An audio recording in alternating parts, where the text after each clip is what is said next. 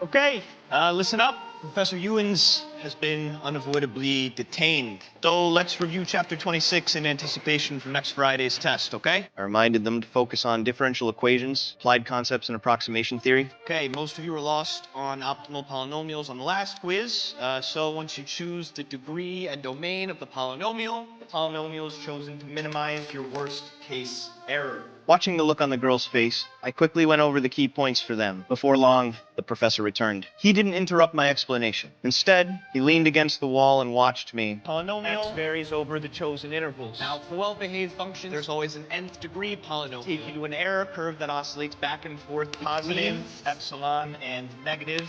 When I finished the last point, the professor spoke up. It's possible they contrived functions, f or x, for which no such polynomial exists. But these rarely occur in practice. Thank you, Mr. Gallagher. I took off the microphone and stepped aside next to the podium. Now, who knows what Mr. Gallagher almost got to? Chebyshev polynomial approximation?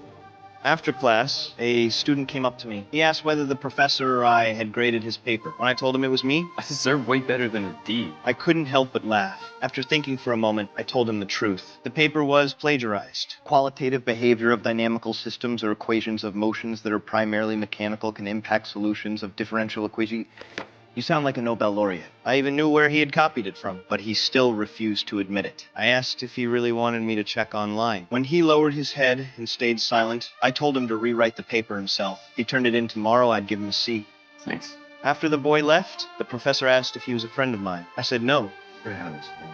It seemed like he needed a break. So you assume the decision what next is your purview? My teaching assistant? I told the professor that the student wouldn't plagiarize again. The professor walked over and suggested